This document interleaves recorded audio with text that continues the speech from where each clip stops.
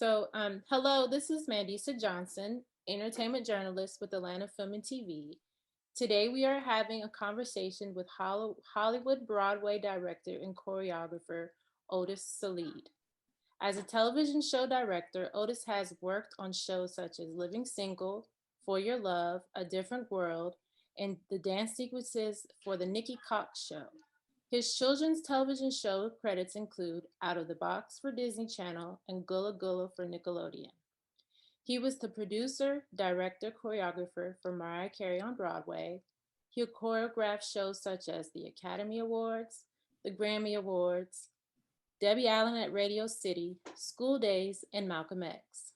Lastly, he has choreographed title sequences for Sister Act 2, Living Single, and The Addams Family.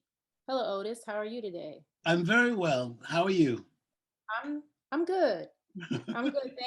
Thank you for coming and allowing me to ask you a few questions. Okay. So, Hope I can answer them.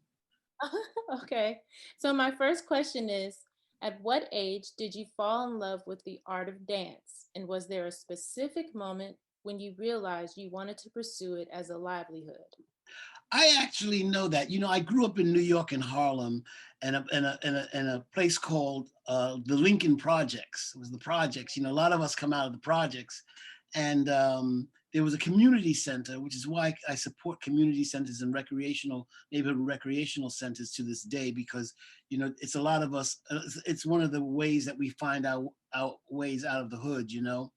And I went in there and I opened the door to the gymnasium, and there were these people dancing. And I looked up, and it was the most beautiful woman in the world. I have never seen a woman that beautiful in my whole entire life. And I was just in shock. I said, oh my God, what is that? And I just couldn't take my eyes off her. She was dancing in the gymnasium. She was teaching class, and there was all these girls in there. And I said, oh, what, huh? And I just was like in shock. And her name was Shaniqua Baker Scott. Some people, you should know her. People should know her because she was one of the pioneers of dance in New York City.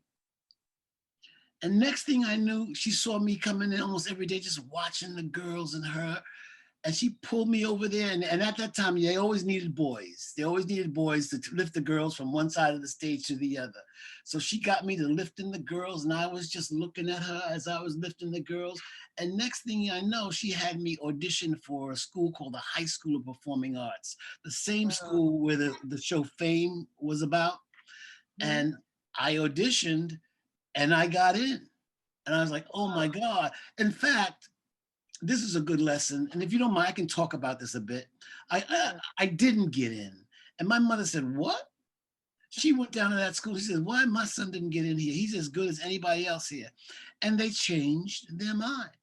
I mean, Wow. that talks about the force of having an advocate for you, somebody Right. who's going to take up for you. And that speaks to Black mothers as well, or all mothers for that matter, because without them, that would not have happened. And so I went to the High School of Performing Arts, and that was a really good experience, because all of a sudden, out of the Harlem, I was in this other world where these major dance people and choreographers who some of your audience may or may not know, like Martha Graham and Jose Limon and all the Russian ballet teachers. I mean, I was thick in the world like that. So I'd be in that world on one day, and then I'd go back and be in the Black world the next day. It was great. And Harlem was really kind of segregated back then. People didn't live downtown, but there was something really wonderful about it, because you'd walk on the street and you see Miles Davis and James Baldwin and all these great people were living in Harlem. So Leroy Jones, his name is, or Amir Baraka as they called him back then, Lou Alcindor. You see everybody, Earl Monroe, everybody was there. So you learned your swag. That was one Wow. thing about segregation. We were all together. And men taught you how to get your swag on. You learn, they pulled your coattail about this, that, or the other. I mean, and then once everybody divided and the place became unsegregated, you lost that sense of home, of what how to be. Right. And so I was at the performing arts, and then we had some riots in Harlem. I can go on and answer a lot of your questions because I think these are what you're going to ask me. Am I right? I believe so. We'll I'll still ask them. Well, Uh, stop me when you want. But I think you just need to know, there was some riots in Harlem at the time, and so they gave these anti-poverty programs. And in those programs, there were teachers like Alvin Ailey and Lewis Johnson and Jeffrey Holder, who created the Wiz, and a lot of famous teachers taught the Arthur Mitchell.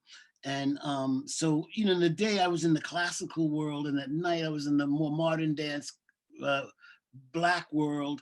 And so I was getting the best of both worlds. And then Leonard Bernstein, who wrote West Side Story, would walk on the street. So it was a very rich cultural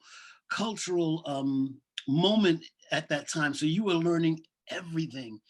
And so I came out of the high school performing arts, and I auditioned for the school and got in. It was the Juilliard School, and I got in, and I was like, oh my gosh! And now you're with the very heavy hitters, the very heavy hitters. right. Um, and so I went there for a while, but I couldn't finish it. I went there for 3 years.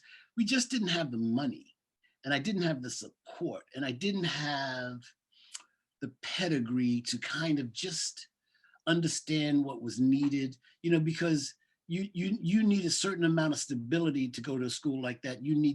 Not only do you need several ballet slippers, you need tights, you need car fare, you need lunch, you need books, you need a secure home, you need all of those things that sometimes if one of them falls away, you slip. And so we didn't have the money to really support me in this. So I did 3 years at the Yard. And so then I had to go get a job. And then I landed a couple major Broadway shows like Two Gentlemen of Verona, The Wiz, um, Me and Bessie, and Coming Uptown. I was Gregory Hines' understudy for a while. And I did and I started to work. I was able to really work with my craft, which was wonderful. And I put a dance company together while I was in one of the Broadway shows, and I didn't have all the money to produce it in a theater. And Gregory Hines said, "I'll give you the money to do it." Oh, And I that's said, awesome. "Oh, thank you, Greggy. I'll get it back to you." And I did. But the other fortunate thing that happened at that time, so Gregory gave me the money, which was great. And the other fortunate thing that happened at that time was there was a couple of people in the company who became famous. And so Debbie Allen was in that company. And so she asked me, she said, Otis, I just got a job. Do you want to come with me and do it in LA? And I said, okay. And I was, I had to think about it because I'm an artist. I'm not going to do television. How stupid. Um, so I called my girlfriend, who became famous as well. Her name was Barbara Smith. She used to have restaurants around America, B. Smith's. Oh And yeah. I said, should I go, should I go to Hollywood and um and and and do this television thing? She said, please, you ain't got a bed or a pot to piss, and you need to go take that job. And it was the best thing I ever did. I took this job and I stayed on Fame for almost 4 years, and that became my film school. And the other famous person was in my company was a guy named Michael Peters. Michael Peters was the choreographer for Michael Jackson. He choreographed Beat It, and which I'm in, by the way. I'm the person you see in Oh, Beat It. You ever go look at it? I'm the first person you see. Um, Beat It, and he did Thriller, and he okay. became famous for.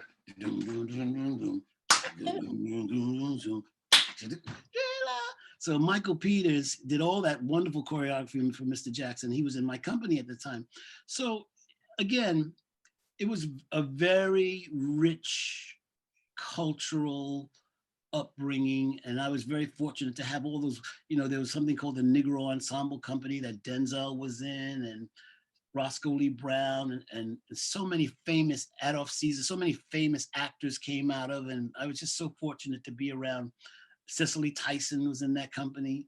I can go on and on and on. It was just a very rich and learning experience about theater and whatnot.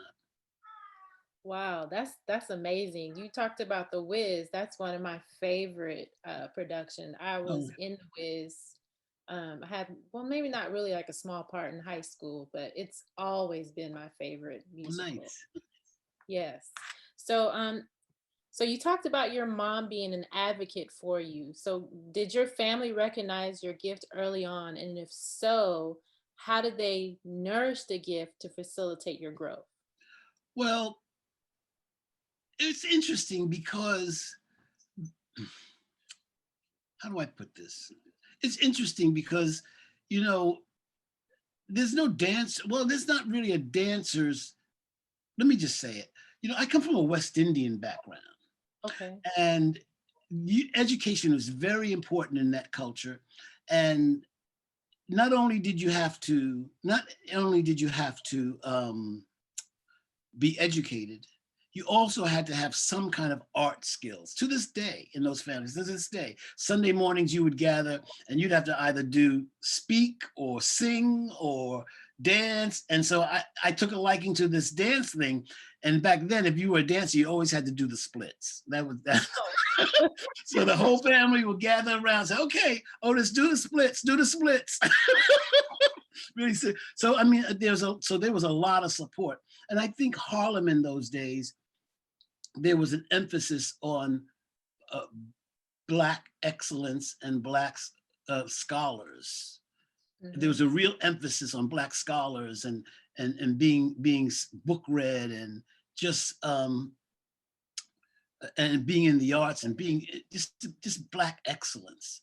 And it was all around me. So you had no choice. You were going to be somebody if they had to kill you. Right.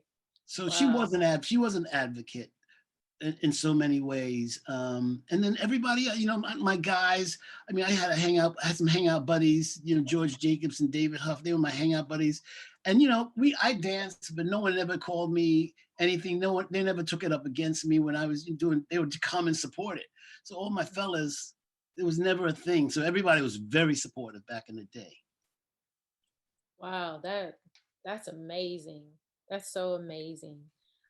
So during your time as a student in New York City, you were taught by many of the greats, Elio Pomare, Thelma Hill, Alvin Ailey, and Martha Graham, just to name a few. Can you name a singular common thread each of them possessed as both dancers and instructors? Ooh, that's a good question. I didn't. That's a really good question. A common thread. As I said, I think we are in the pursuit of excellence. Hmm. Always. We are always, that's a muscle. To be in the pursuit of excellence is a muscle. It's like, Serena and those ladies. When you hit the ball to them, they hit it back Right. with power. Ha! That never stops. That muscle never stops. Ha! Ha! That this never. So when you come to me to do a project for me, this will never stop. And so there's a sense of always being in the pursuit of excellence. The other thing you learn, especially, is, and I teach a lot of my students, I say, do not be committed to people who are not committed to your commitment. Wow. Let me say that one more time because I don't think you heard me right. Do not be committed to people who are not committed to your commitment. Because what happens when you start to become, when you're in the pursuit of excellence, the devil pops up. And Hmm. this is not Christian thinking. Is this the nature of trying to get somewhere? So when you're trying to make something happen, the devil pops. I mean, something negative pops. It's just the nature of things. And so you have to discern that that person is not for me. Right. That person is, when you're in pursuit of something, you got to see the things that are not for you and say, and I mean, I don't want to teach preach, but that's a real deal because it just happens. Because, and so they tell you the Stradivarius is the most expensive violin that you can buy. And they always say to you, put your Stradivarius away. It's just not for everybody. If Mm, you're trying to reach for some goal, you just can't be out there for everybody. You just can't. You got to put that thing away. And so they teach you that. So I don't give it to everybody. Does that right. make sense? Yes, it makes a whole lot of sense. Because my husband always tells me what I'm doing is not for everybody. Everybody's not going to support it. So don't get mad. It's because it's not for everyone. No, it's not. You got to gather your tribe around you, Mm-hmm. That's so and true. and they'll lift you up. They will lift you up, but just make sure you just gather them around you. And those who seem wrong, don't be. You know how you get new shoes? Mm-hmm. You throw the old ones away. Right. Yeah. I have almost a book of what they call Otis's quotes. I have something called quotuses. Oh, Because wow. I talk in metaphors because people kind of get it. But don't be afraid to throw those old shoes away. You'll get new ones. Right. Yeah, that's true. That's a word for me is I have a lot of clothes that I don't wear because I love clothes. But it's just like if I clean out what I have, I'll get new clothes. Yeah. So yeah. So upon leaving Juilliard and embarking on your professional career, were there any moments of fear or self-doubt you had to conquer? And what were some of the day-to-day obstacles you had to overcome as a Black man operating in a space viewed primarily as a white art form? It's interesting because I learned. I how do I say? I was an educated artist. Mm-hmm. I mean, I went to all the schools. Do you know what I mean? So I was an educated artist, and that helped a lot. I mean, I learned everything I could possibly learn, and it allowed me a certain amount of ability to move in and out of places that would not normally be accessible to me. Being from Juilliard and the High School of Performing Arts and the Martha Graham School and those places, I could move into worlds that were not usually open to most. So I didn't have a hard time working. I was always kind of working, thank God. Um, so there was always something. And then back then, here's the thing that's interesting. Back then, you could be an artist. The rent wasn't $5,000 a month, and you have to live with seven people. You Right. you could live in the village for little or nothing, and have an arts career.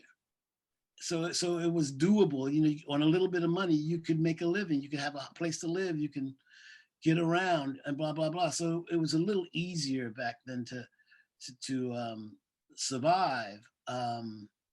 So yeah, I mean, I was able to get stuff done. Wow. Okay. Oh, Um, I do want to say this. mhm. Um, I think the business of entertainment is about rejection, because if you can't take rejection, you need to get out of this business. Yeah, that's a You need to get out of it because it's all about rejection. And so you learn that early on, and it's not personal. It's not necessarily about the director or whoever might have gotten up on the wrong side of the bed one day, or stubbed his toe, or couldn't find the cab on time. It could be any number of reasons. It doesn't always have to do with you. So if you can't take the rejection, this is the wrong business for you. And you need to have courage. Courage is a thing I tell my young people constantly. You got to be able to stand in the rain and take it. And those are the people who make it. Those who have the ability to really have courage about this thing, as hard as it may seem, as difficult as it may seem, as far as away as it might feel.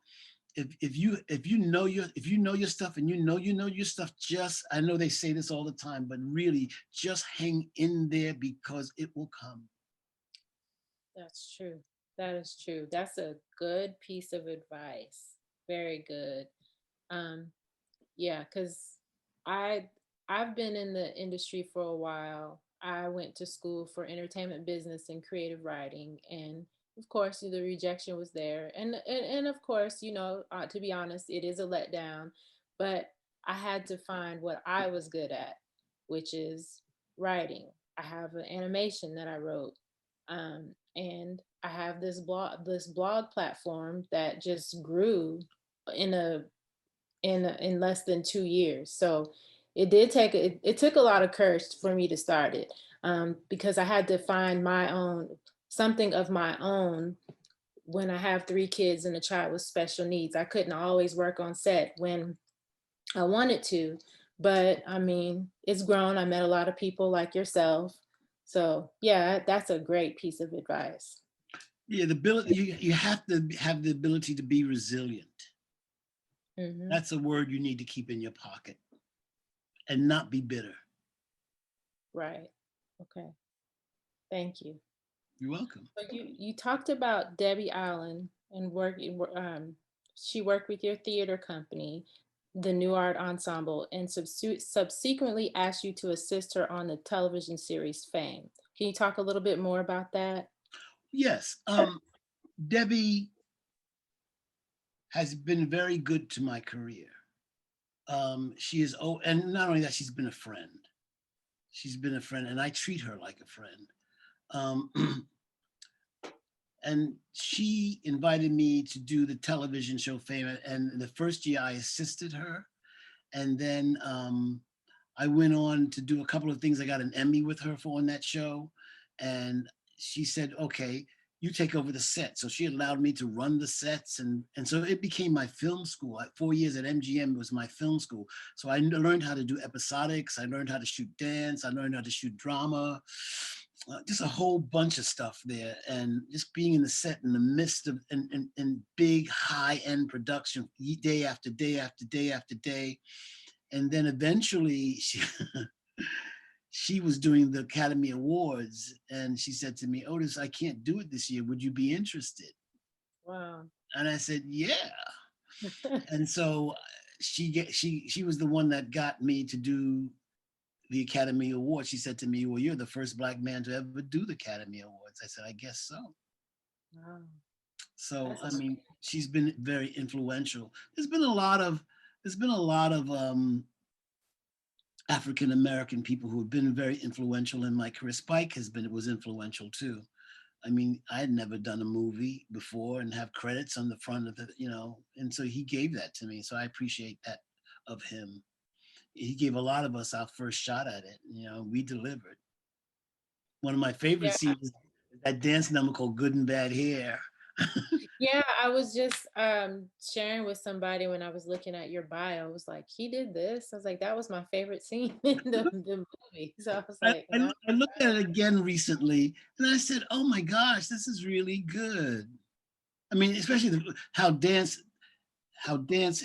It's classic MGM filmmaking with black dance, and a lot of those devices in it, how we pick up dance and how the dance moves the camera this way and that way, is classic kind of MGM Hollywood movie making. Wow, that makes me want to go watch it this weekend. You watch it; it's interesting. You'll see. You say, "Oh, it's still good." There's a lot of detail in it, and that's why you can watch it over and over. I'm not saying that because I did it, but there's a lot of detail in it. So that when you do put that kind of detail in your work, it gives it what they call repeatability, Okay. the ability to look at it again because you're always seeing it's so thick and it's so layered. Okay. Yeah, I'll have to look for, you know, those things. Every time I watch a film, like a second and a third time, I always do see different things. So I Yeah. haven't watched School Days in a few years, so I'm sure I'll see something different from, from the last time I watched it. So yeah, I'll definitely do that. So how arduous was it to choreograph multiple routines per episode for a weekly episodic television show? It's hard. It's tough. It's difficult. you got to put your nose to the ground. You got to really make it happen. You got to have a good team that you can trust around you. There are mornings we get up at 5 in the morning, go to the studio, choreograph it, and shoot it at 9 a.m. Wow. And 9 a.m. go do, and then you walk in to do the post production at 1 o'clock and do and finish all your post production stuff, and then at the end of the day start the next day over again. I mean, it's tough. I love it. I love it. I mean, it's the only way to go. So I mean, you better know your stuff. You can't be trying to figure it out. It's too late. It's coming at you too fast. Yeah, you can tell that you're passionate about that because, Mhm. You yeah, got to because, understand camera. You have to be a director. You have to really understand camera and dance and angles and storytelling. Everything comes at you. so your name is synonymous with one of the most iconic television opening credits of all time, Living Single. Uh, But rumor has it you and Leslie Big Les Segar shot the opening sequence as a last minute spur of the moment situation. Is this true or just black pop culture for folklore? that's black pop culture folklore. Um, I was doing a lot. I've done a lot of opening titles for a lot of television, from Suddenly Susan, Jeff Foxworthy, a whole bunch. I did a lot of opening credits for television. Oh, Richard Pryor's show. I mean, I keep going on. I mean, I did a lot of opening as a director, and uh, they asked me to do this for Living Single, but they said we don't want any dance. That's what she's Yvette Lee Bowser. She said we don't want any dance. I said, okay. So I knew a really fine cameraman by the name of Barry Markowitz. He's real famous now. And I said, Barry, let's go shoot this stuff over here. And I forgot how I met Big Les. And I called up, I said, Les, I ain't got a lot of money, but if we can shoot this, they'll pay you, they'll pay you your face. But let's go. So we went under, so Barry and I said, let's go under the Brooklyn Bridge. So we went under the Brooklyn Bridge, and I said, so I bought my sheet, and I took a string, and I hung it up there, and I waited for sunset, and I told her to go, and we just shot the heck out of it, and then I edited it and brought it back to Hollywood, and they loved it. They loved it. Wow. They paid her, and the rest was history. And but that speaks to something that you need to know and remember is the kids out there don't understand the need for volunteering. Mm-hmm. Les just did that to volunteer for me. She wasn't making any real money. She said, I'll do it. And Wow. they don't get that you should volunteer with people that you know, love, and trust, and whose work you want to be around. You should just give it. Mm-hmm. If they're not paying you, that's okay. Because you need to learn it, and you ain't got it, and you need to go get it. And a lot of young people now, at least in where I'm at now, don't want to do that. In New York, they do that. LA, they do that. Because, like when I first moved to Hollywood, um, I would volunteer for everything. I would shoot with any director that I liked. I would offer my services free. By the end of that year, my reel could not be touched. Could not be touched. That I used that reel for another 10 years in that business Wow. because I just volunteered. I mean, how do I get a strong reel? Mm-hmm. They didn't know me, and so I just I really put myself out there, and so there's nothing wrong in volunteering, giving your service freely. You don't always have to be paid. I still do that today. Right. People call me and say, "Hey Otis, can you do this? I know I don't have any money." I say, "Okay, yeah, let's go." Yep. You That. garner. Okay, the business is not always about money.